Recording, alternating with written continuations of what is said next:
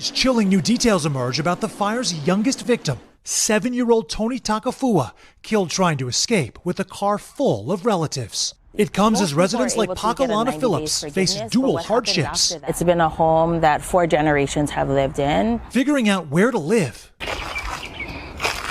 as she steps over the crumbled pieces of her home while mourning the loss of a beloved uncle. Pakalana says her government-funded hotel room expires in a few weeks with no idea what's next. What is the scale of the challenge you're facing right now? Where do you find a place to live? In Lahaina, it was hard to find a place to even rent. And then because so many families are displaced, is how do you stay in Lahaina after all of this? Pakalana's position is hardly unique in this devastated community. None of us have time to grieve.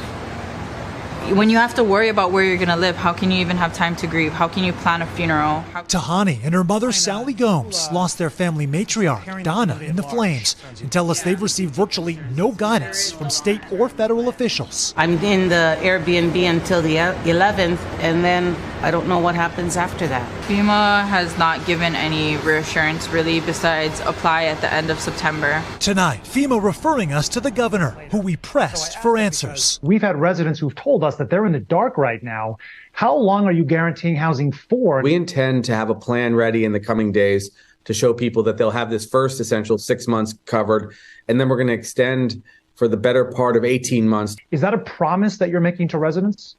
Yes, it's a commitment. The scale of the housing crisis, daunting. We just have water and some fruits and vegetables. Even as people like Pakalana put aside those concerns to hand out supplies to others. We're not going to be buried in the ash. We're going to help rebuild. This is one of the most beautiful places on earth to live, and it's not because of the beauty, it's because of the people. As for all those hotel rooms currently housing displaced residents, the governor insists they'll keep paying the bills to keep them there, but it's not a message that's reached all those displaced families. We have now officially reached the point in the Maui fire story where everyone just starts pointing the finger at everyone else. We see this happen all the time. I saw this just happen in East Palestine a few months ago. What happens is, all right, you'll have the people. The people are pointing the finger, blaming local officials. The local officials are blaming the power company. The power company is blaming the government and FEMA. The government is blaming climate change. Democrats are blaming climate change and Republicans. Republicans are blaming Democrats and Joe Biden and the global elites. And before you know it, fingers are pointing everywhere. Everyone is to blame and no one is held accountable. Because when everyone's guilty, no one suffers the consequences. At least that's how things play out when you reach this level, when you're talking about something like what we're dealing with here with the Maui fires. I don't care what news you see, do not get excited.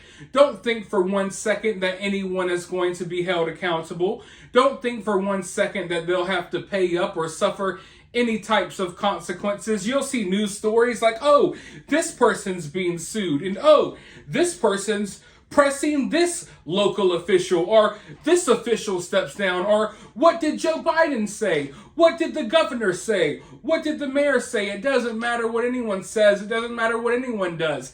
These people are going to do what they do. The world is just the stage, and for the most part, unfortunately, the majority of you all are just spectators.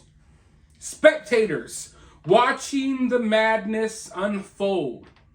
But you know, as everyone's pointing the finger and everyone's blaming everyone, that's when the vultures swoop in. They want you to be caught in the fight. They want you to be caught in the middle of the he did it, she did it, who's the blame storm. They want you to be wrapped up in all of that. And then they swoop in. That's when people like or entities like BlackRock and stuff swoop in. And ladies and gentlemen, unfortunately, I can confirm that BlackRock is already in the area. BlackRock has already entered the chat. They're already on the ground in Maui. You're not going to hear that on the local news, but they're already on the ground. They're already trying to figure out what land they can buy and who they can buy it from.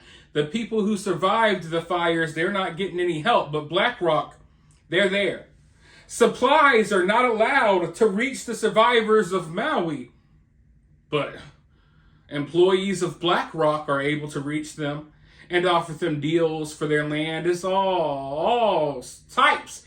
There's just all types of messed up stuff going on right now, ladies and gentlemen. That's why I don't want anyone to get sidetracked here. I mean, we know that in many ways you can blame everyone. I mean, not regular people, but you can blame anyone at a high level at this point. They're all somewhat accountable for what happened here. You know, but I think we need to be focused on this BlackRock situation, because didn't we all call it from the beginning that this was just going to be some type of land grab? And lo and behold, everyone on the ground down there, they're reporting that they're already getting phone calls. People are already approaching them in person.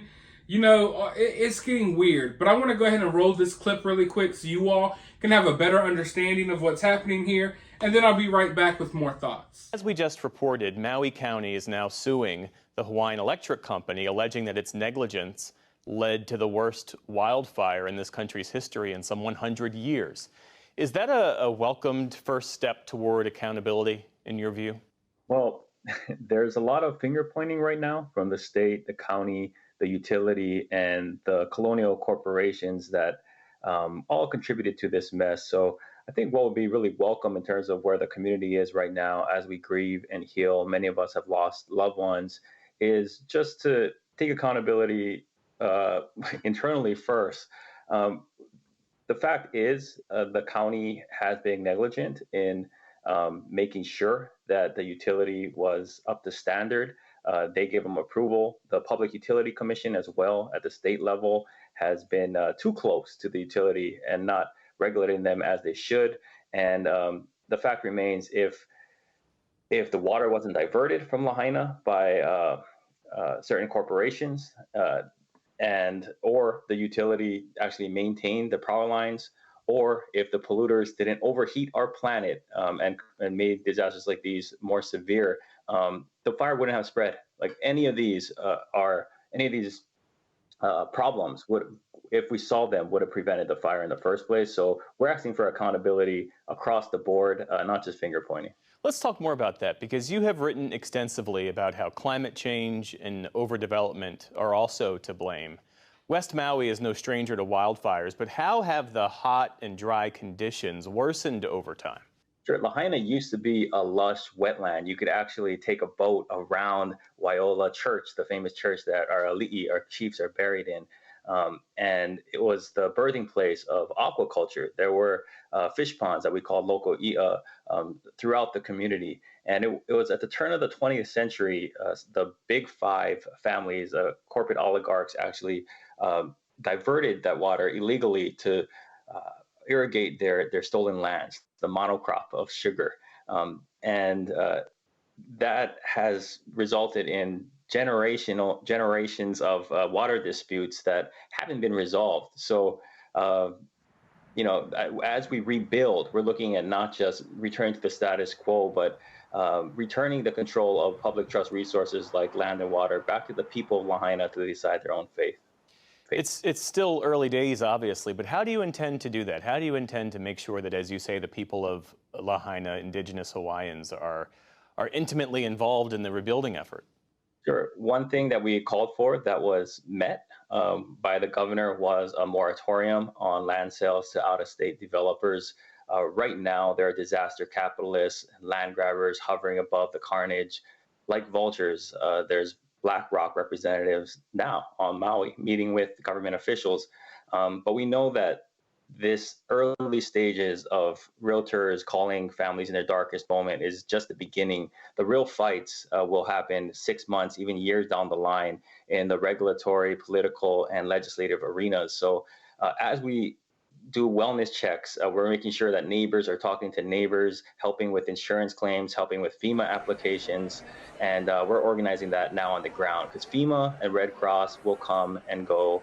But we want to make sure that when the help leaves, we're actually empowered, not just helped so a year down the line where 200 people are repairing a school, and those same 200 people go and testify at city council the next day. So, I've recently facilitated a meeting with a bunch of Lahaina leaders, and they have their eye not just on immediate relief, but a long-term just recovery and rebuilding that centers the people.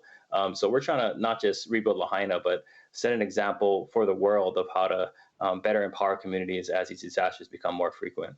Did anyone else notice that when he was asked about climate change and stuff like that, he really didn't give an answer that had anything to do with climate change? Because the reality is, he couldn't answer that question. How is climate change to blame for any of this? He couldn't answer that question. Climate change is not to blame. In fact, when asked about the climate change, he goes into talking about how these powerful people in the area started diverting water. Listen, that has nothing to do with the climate, okay? That has everything to do with the rich, powerful people that run this world, doing things that are detrimental to our health and our society and our nature, just in general. You know what I mean? Our environment. So I find that kind of funny, because he couldn't even hammer down one point about climate change and how it has anything to do with this. I know a lot of people buy into that nonsense. I do not. And I hope that most people start waking up. Does the climate change? Yes, the climate has changed since the beginning of time. Should we take better care of our environment? Yes. But to sit here and pretend like climate change is what is causing all of this stuff, as if, fires haven't broken out since the beginning of time, as if, temperatures haven't changed since the beginning of time, as if hurricanes and weather just didn't exist. I hate hearing about that. And I wish that we would focus less on that nonsense and focus more on what he briefly mentioned right there, which is that BlackRock is already in the area trying to buy up these people's homes. And I just find that disgusting. We all knew it would happen. We all knew it was coming. But these people didn't even give these families a chance to identify their loved ones or find their loved ones. Bodies are still being collected. Ashes, literally ashes, are being tested to see if they're, human remains and stuff like that. We don't even know what is going on. There's still hundreds of people missing. There's still so many people who have passed away whose bodies haven't been found. There's so much stuff still going on. The ashes are still burning and smoldering, if you will, and BlackRock is already on the ground trying to capitalize off of this situation in any way possible. And that is disgusting. It's absolutely disgusting. And it's definitely not going to make anybody feel better about the situation. People are waking up to the fact that BlackRock owns half of the world, basically, that they have their hands in everything. And everyone wants to come down hard and crack down on the conspiracy theorist. And everyone gets upset when you question things. Yet what do you want us to do? I ask that time and time again. If you don't want people being skeptical and you don't want people asking questions, then reassure them. Show them some type of evidence that would suggest that you all are trustworthy. Yet we get none. All we get is this constant rotation of these crazy news stories with no explanations and no answers. We just get bombarded with this stuff in the news cycle every day, over and over and over again. And anyone who does 2 minutes of research will see that there's so much shady stuff surrounding all of these situations. This Maui story is completely shady. It's got shadiness written all over it. It's flaky. There's something really bad, something really wrong going on here. And, they try to shut down these conversations.